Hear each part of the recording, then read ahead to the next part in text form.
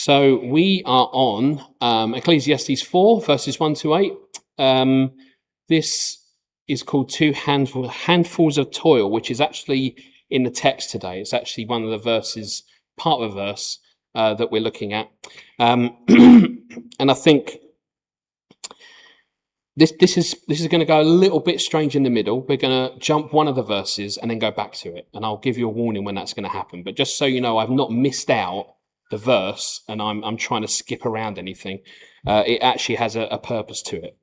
But as we look at this two hands of toil, which I'll explain as we go through, I think you could probably tell exactly what's going on in a person's heart by simply maybe looking at their hands, look at their life. You look at it and it can tell whether, like me, you've worked in an office for most of your life and you have lovely smooth hands, or you might have done some actual work in your life and you might have had some rough hands and some cut hands and things like that. So you kind of get a sense of what someone might have done in their life. Excuse me. But when we're, excuse me, where's the way? But when we think about how hands are used to maybe get across how we feel, when we're angry, we use our hands to maybe to put in a ball, to fists, to try and explain, to show how much we might be angry.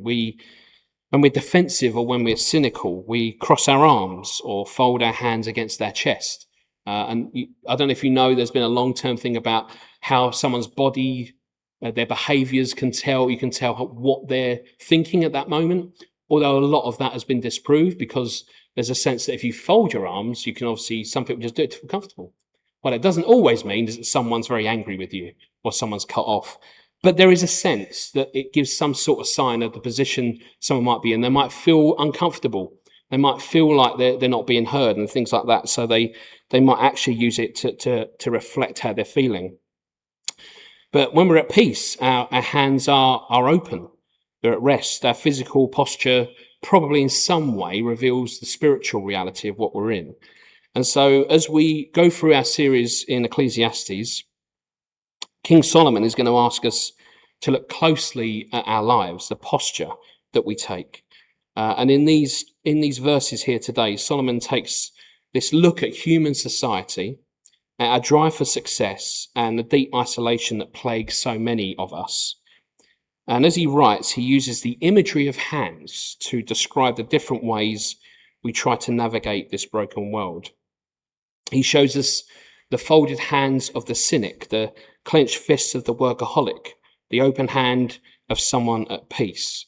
And ultimately, he's going to ask us a profoundly uncomfortable question. Yet again, no surprise here in Ecclesiastes. What are you holding on to so tightly that it is slowly destroying you? And this is what this part Solomon will go through and hopefully will help us today. So let's begin by looking at the world Solomon saw. In verse 1, he observes a society that is deeply fractured, and it says this. Again, I looked, verses 1 to 3, again I looked and saw all the oppression that was taking place under the sun. I saw the tears of the oppressed, and they have no comforter. Power was on the side of their oppressors, and they have no comforter. And I declared that the dead who had already died are happier than the living who are still alive.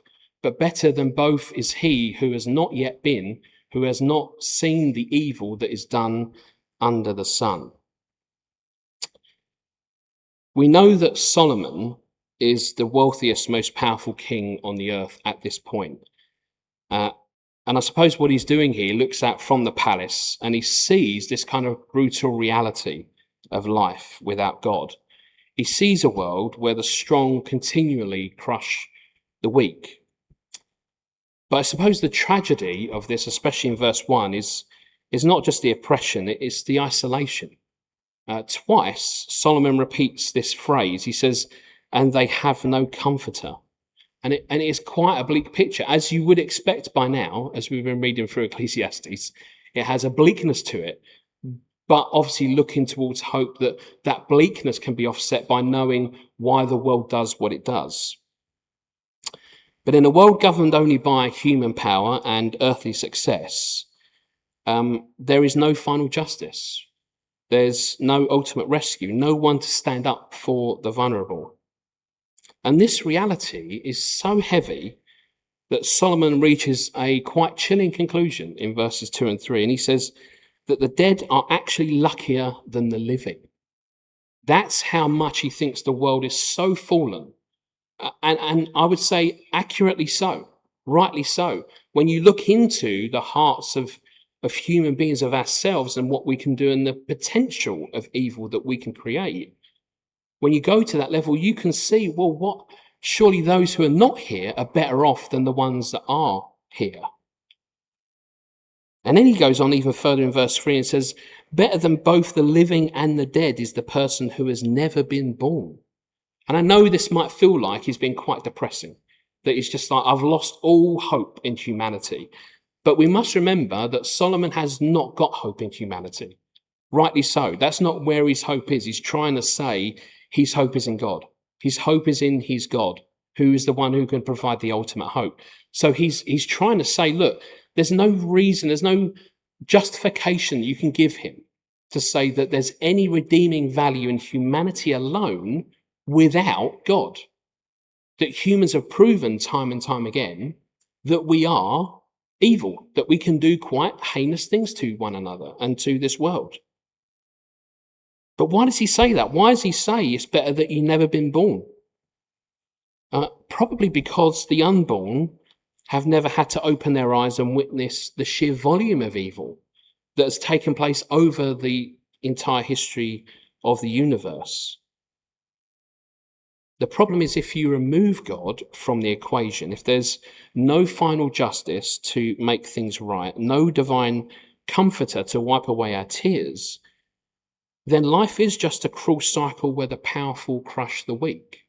Surely there must be a reason why that happens. Surely there must be a reason. And so what Solomon is doing is pointing out that if this earthly life is all there is, non-existence would be preferable to the pain of living. And that is devastating. But it is a logical conclusion of a worldview without God. There are people who believe that there's absolutely no purpose to humanity whatsoever, that we are here purely by accident, that whatever happens, whatever you do has no purpose or meaning in anything. They are what they call a nihilist. They are ones that just think, or nihilists rather, they're the ones that think we're just here by accident, all we're hired is to get through this life, and you know what, nothing will happen, there'll be no meaning to it whatsoever, you're just here because you are here. I can't seem to square that with what I read about God and what I see in the world. No matter how much those people say there's no meaning to life, the very statement, I think, tends to shout, I want meaning in my life. They tend to say really what they're really saying, I think, is they yearn for meaning. And so rather than saying, let me look for it, they go, well, I'm just going to go the other way completely and say there is none. But I think in that in itself, people are looking for some sort of hope. It's strange what we do. We do these things. We act like this, like we don't care if there's a God or not, but I think everyone ultimately cares if there's something beyond this place, this life that we live. So then we must ask, why is the world like this? Why do people oppress one another? Why is society marked by such conflict and cruelty? And Solomon kind of gives us a diagnosis, the root, the disease of the human heart in verse 4. And he says, and I saw that all labour and all achievement spring from man's envy of his neighbour. This too is meaningless, a chasing after the wind. What Solomon does here is he exposes exactly what is driving this behaviour. The oppressors in verse, in verse 1, are not crushing people simply because they enjoy being cruel. They're crushing people because they're driven by envy. And maybe we like to disguise our envy under more respectable names. We might call it drive, ambition, or building a legacy, as we learned in the other verses about what he thought about legacy. But Solomon kind of pulls back the curtain on this, and he says, if we're truly honest, so much of our striving is simply a desperate desire to outdo our neighbour. And it might not be visible, it might not be that's the purpose you're doing it for, but actually there is something in that we drive to, that many people drive to be better than their neighbour, even their friends. This social media reveals this so much about mankind. Why do people so desire to put their life on social media to show how glamorous their life is? Why do they desire that, if not to want to look better and to be in a better position than maybe their friends and people they know? There is a drive there, isn't there? There seems to be a drive to want to say, look at my life. It's better than yours. And then someone else says, no, but I've paid for the most expensive hotel in Dubai, and look at my life. And yet most of these people are not able to afford this lifestyle most of the time. You'll find that most of these things on social media are people who have somewhat got a free night to stay in these hotels, and then they show off as if that's their life, and they're not. Morning, come in. Good to see you. So they're crushing people because they're driven by envy. And for the younger generation, this looks like the relentless pressure to secure a better job title, drive a nicer car, or project, as I've just said, a flawless life online than our peers. But we're warned, do not be deceived. This envy does not disappear when you retire. It simply changes shape. I know these messages can sometimes, we could point them in maybe certain directions, but this applies to all of us. It applies to every single one of us. In our later years, it might become about guarding our status, demanding to have the last word, holding tightly to our comfort. My view of why in the first place we had that I wanted to have a pension for when I retire was because I want a comfortable life at the end. And I want that protected, I want that guarded. But at any age, when comparison is the fuel in your engine, you'll never know peace. You'll continually view other people as threats or obstacles. But here is the thing. When faced with this exhausting cycle of rivalry, Solomon tells us that humanity tends to fall into two tragic extremes. And he describes this first extreme in verse 5. And he says this: the fool folds his hands and ruins himself. And this is the posture, he says, of apathy. The fool looks at the relentless, competitive nature of the world, sees the corruption, and decides to simply give up. They cross their arms and they fold their hands. And he says, or what he is actually saying is, they become cynical. They become lazy, disengaged. But Solomon warns that the person who withdraws from the world and refuses to take responsibility will eventually ruin their own life. As much as we might want to think it is, cynicism is not wisdom. It is a slow spiritual starvation. But the second extreme is far more common, far more celebrated in our culture. Look at verses 7 to 8, and we'll come back to the other verse 6, in a moment. Excuse me. 7 to 8 says, again, I saw something meaningless under the sun. There was a man all alone. He had neither son nor brother. There was no end to his toil, yet his eyes were not content with his wealth. For whom am I toiling, he asked, and why am I depriving myself of enjoyment? This too is meaningless and miserable business. So verse 5 shows us the folded hands of the cynic. Verse 8 shows us two clenched fists of the ambitious person. He says, here is a man who dedicated his entire life to winning the race, He allowed envy to drive him to the very top.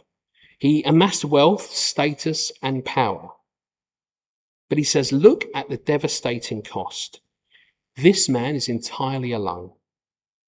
He has no son, he has no brother, no true friends. He was so busy gripping his achievements that he had no hands left to hold the people around him. So determined was he to be successful, he says, that everything else was sacrificed. Everything else was put aside. And there are many people who spend their entire lives... Ooh, I lost my sermon then. There are many people who spend their entire lives building a career, only to reach retirement and probably find themselves sitting in an empty house because they alienated everyone along the way.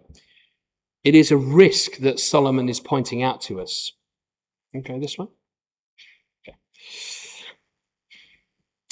But some of us may be looking back over decades of life right now, realizing maybe with a heavy heart that we may have sacrificed meaningful relationships with our spouses, our children, or our church family.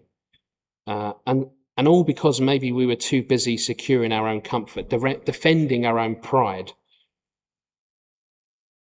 Maybe we were trading the people we love for the prizes of this world, as Solomon says. And he says, that is a miserable business. That leads to nowhere. So where is the hope? What's Solomon saying? Why is he saying this? And why is he driving to such a apparently, or what appears to be, a negative conclusion? Where is the hope, we ask Solomon? If folding our hands in cynicism destroys us and clenching our fists in ambition isolates us, what's the biblical alternative? Where do we go? Solomon offers this middle ground. Back to verse 6.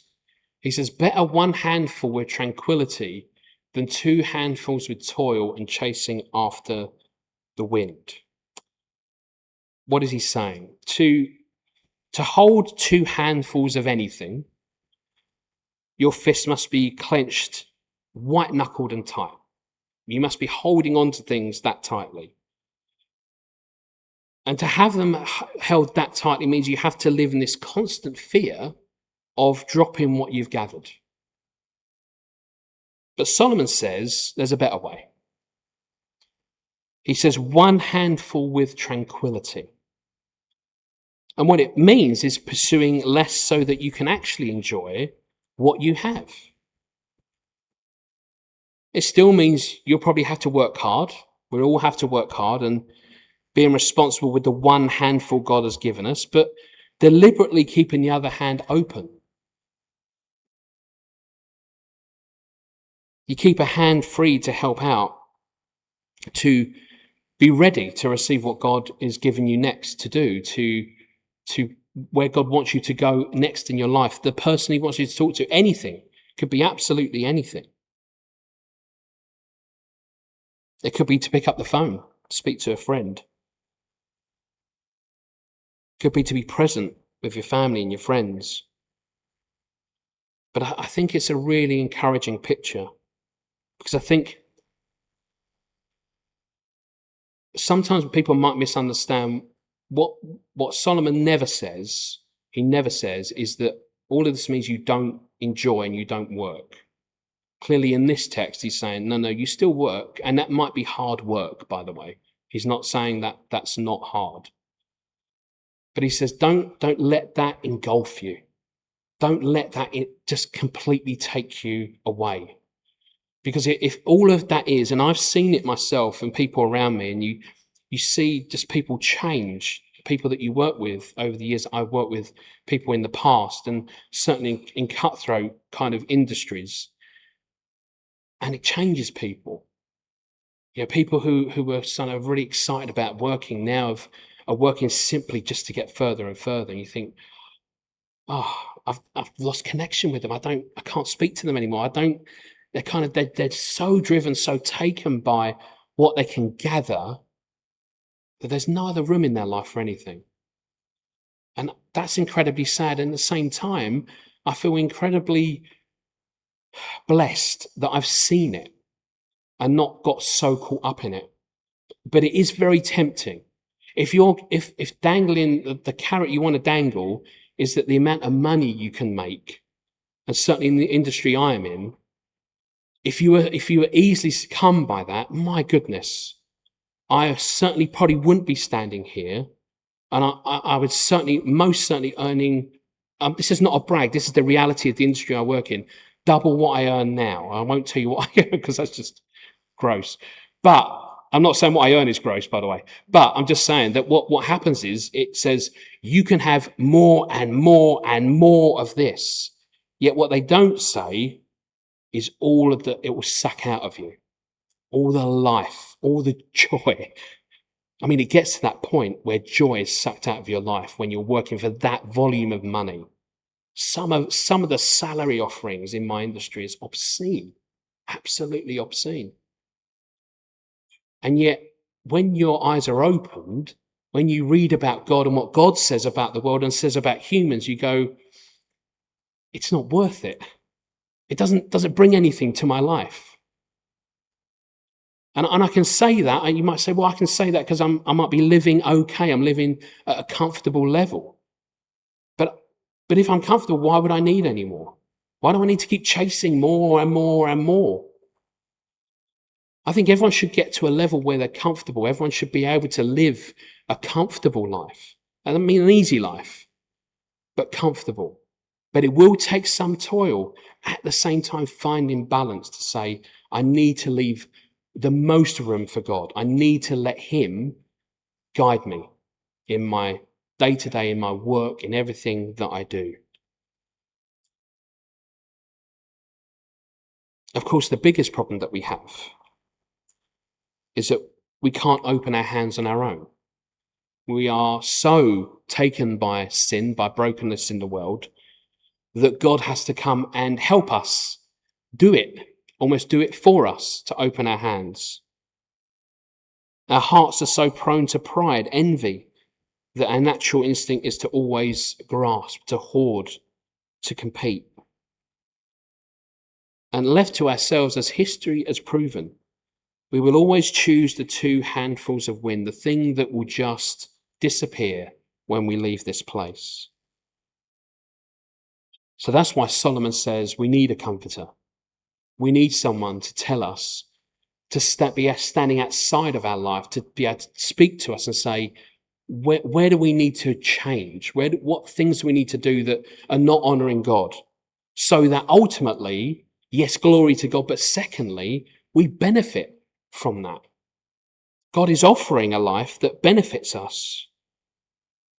We need someone to step into our isolation, break the power of our envy, change our hearts.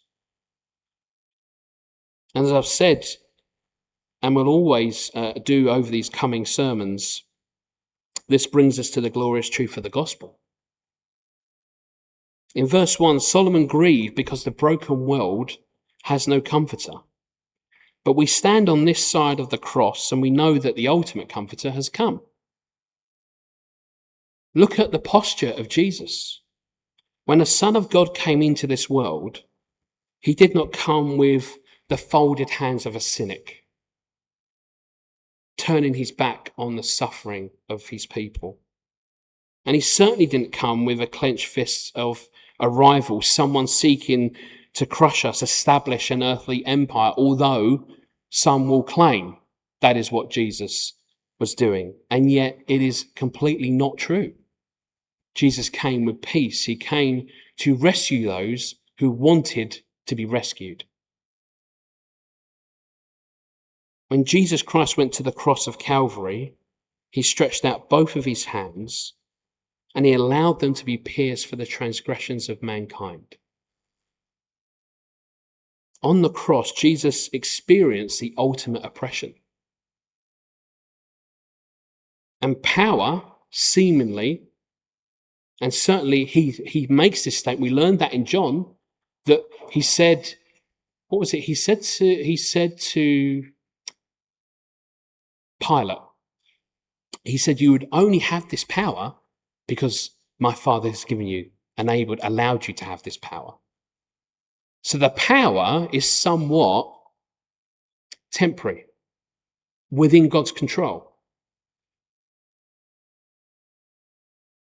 So seemingly the power was on the side of his oppressors, but it was to achieve something. And as Jesus hung there, bearing the full weight of our envy, our pride, our selfish ambition, he was not comforted. He was not in a comfortable position. He was bearing the weight of sin on his shoulders. Jesus experienced this absolute isolation of our sin, entirely forsaken by the Father, so that you and I would never have to be alone again. He died alone so that we could be brought into the eternal family of God, never to be alone ever again. So we all have a choice in how we will live for the rest of our days. We can continue to grip our lives tightly. We can keep our fists clenched, striving to hold on to our status, our comfort, or the perfect image we want others to see. But as Solomon warns us, that path is profoundly exhausting. It leaves us isolated. And in the end, it leaves us holding nothing but wind. But Jesus extends this amazing, gentle invitation to a far better way. He invites us to look at his pierced hands, stretched out on the cross for us, and to finally let go of our own striving. The question many will ask, certainly non-believers will ask, why is this his way a better way? Because when you truly understand 10%, I'm not going to say that, 1% of why Jesus went to the cross, when you understand even a small bit of why Jesus went to the cross for the sins of mankind and why that is powerful, when you surrender to him, you can find that sense of pressure being lifted from you. Because the world says it's all about you and it all depends on you. Jesus says it doesn't depend on you, it depends on him. Only he can provide the way out that we need.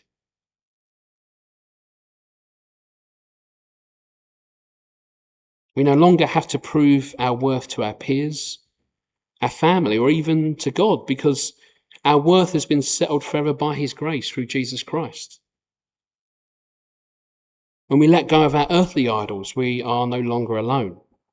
You receive the comforter that Solomon speaks about in the first verse, that those people have not got, or the sense that they don't have it.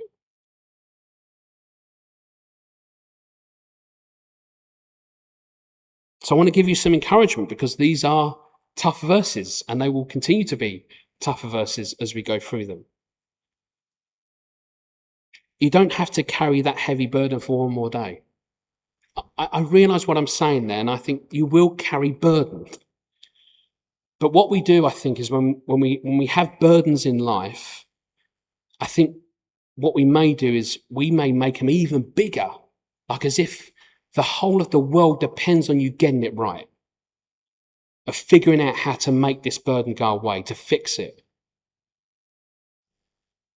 And God calls us to look at this burden within context and say, yes, in life it's going to be very difficult. The Bible does not shy away from that, even as Christians. But he says, in me, in that burden, you have a comforter. You have this amazing God who will console you, who will counsel you through the hardest of times. And he calls us to drop this tiring yoke of comparison.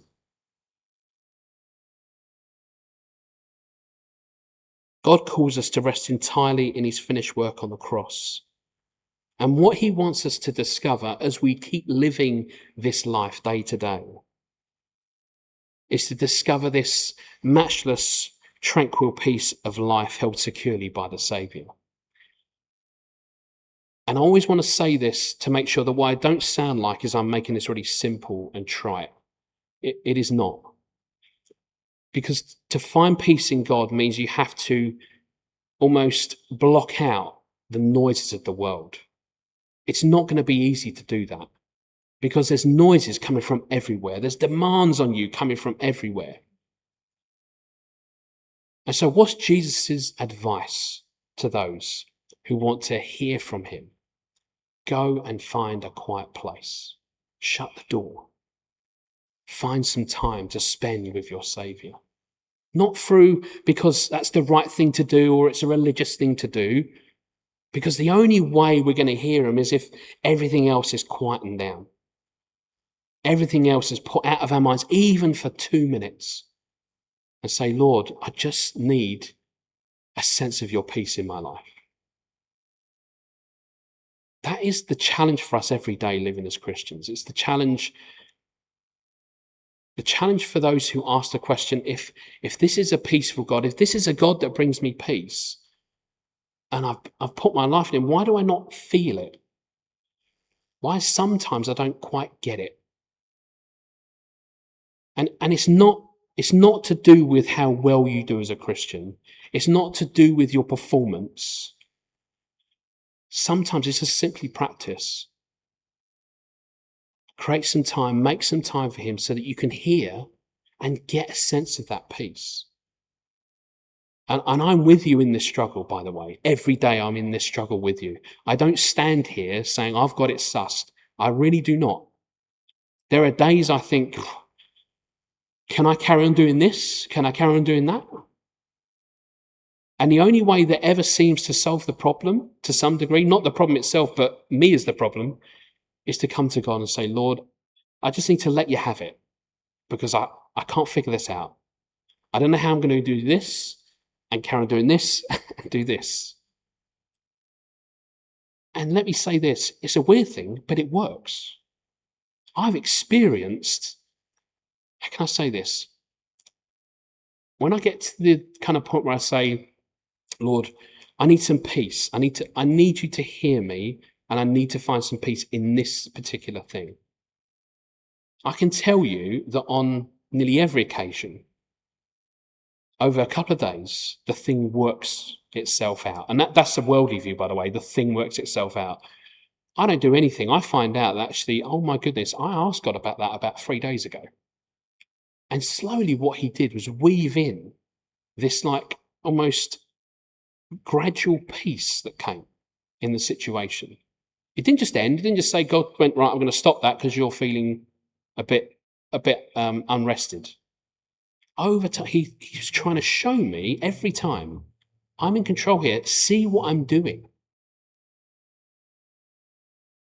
And every time, most times, I'm probably not appreciative enough of that work that he's doing behind the scenes.